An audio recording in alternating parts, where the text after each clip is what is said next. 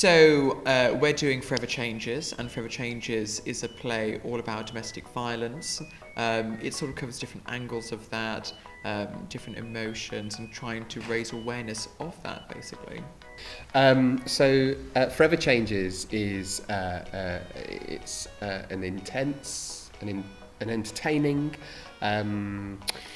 emotive take on a very sensitive subject, actually, which is the reason why we're doing it is because we want to raise awareness of domestic abuse in all of its forms, and get people to think, get people to be aware, and hopefully make a positive impact really on people's lives with it. I suppose what I am very keen to get away from is the idea, this stereotype that domestic violence is just to do with housewives. Although obviously that element is within the show, it actually affects so many more people, so many different diverse people, and that's really kind of what we're aiming towards, is to get it away from the stereotypes and make it more real, more open, and more aware of that it happened. I'm currently producing the European premiere of Yank, which is a musical all to do with kind of the LGBT community during World War II. So that show is to make you question to do with homosexuality and history and stuff like that. Then I've got another show which is to do with the deaf community. So again, it's to raise awareness of, you know, what it's like to have access issues within the world that we live in, because it's things that we don't normally think about. And in terms of Forever Changes, it's to do with raising awareness again of you know, things that do happen behind closed doors that you may not be aware of, or trying to become aware of something that people either ignore or, you know, turn a blind eye to. So all of the shows that I produce at the moment are to try and raise awareness in different ways, to try and make people question and educate through the form of entertainment. Oh, Manchester has a fantastic theatre scene. There's so many different fringe venues that are all trying to do different types of work.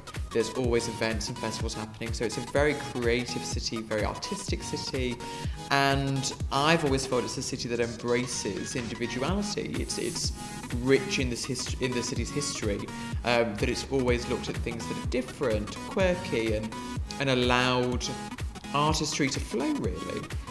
So to us it seemed like the perfect city to bring Forever Changes to, for us to experiment with it, try it out, and present it to an audience that hopefully are going to give us feedback, are going to enjoy it, and bring that sense of artistry and experimentation and theatricalness with them to a subject that is quite serious. But it's a Manchester show. It is. It's a Manchester show because the writer is from Bolton, and it's from his experience of domestic violence in a certain capacity. The performers are Manchester based. You know, I've done an awful lot of work in Manchester. You studied in Manchester. I did. So there's a lot of Manchester about it. And also the research and development stages were done through Manchester ADP. Yeah. So it's a play that's very Manchester based, and all the team are very Manchester focused, and yeah. I think one of the things that I do is, you know, I'm a 26-year-old 6'4" transgender woman, and I'm very much aware of that, and I very much bring that into my comedy. You know, within the first few opening lines, I'm very much, I'm transgender, and I'm not afraid to take the mick out myself.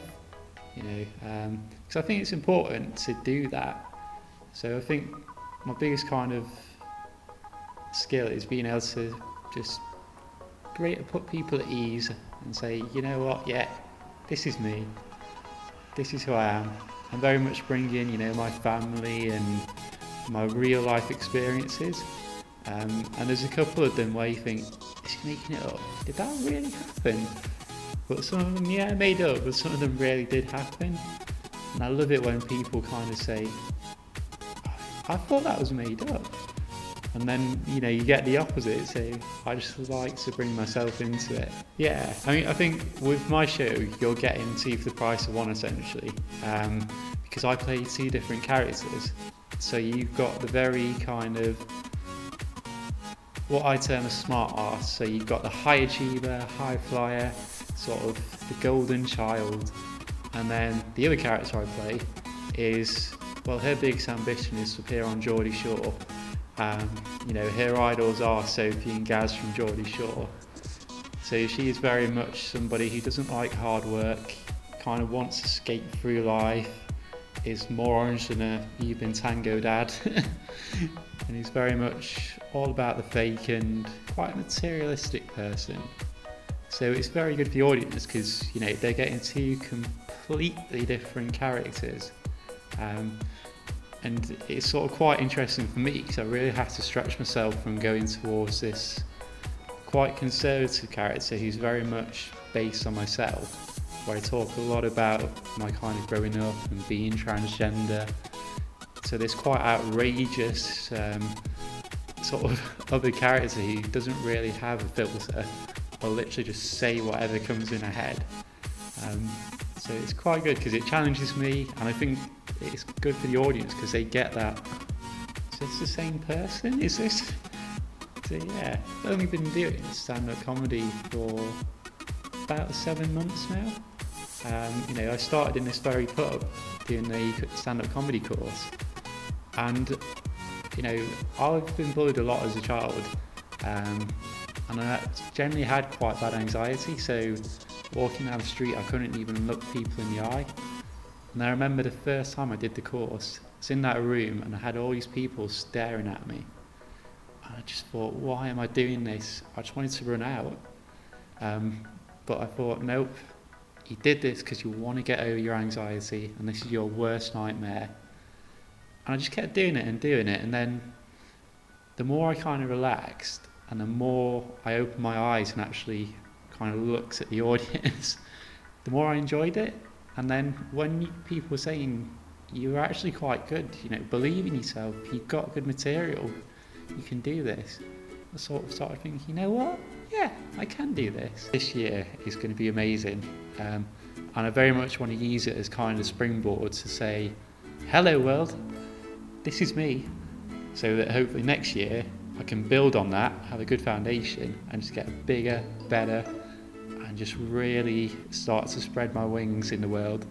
And hopefully in a year or two, this is very much dreaming, but quit the day job and do this full time.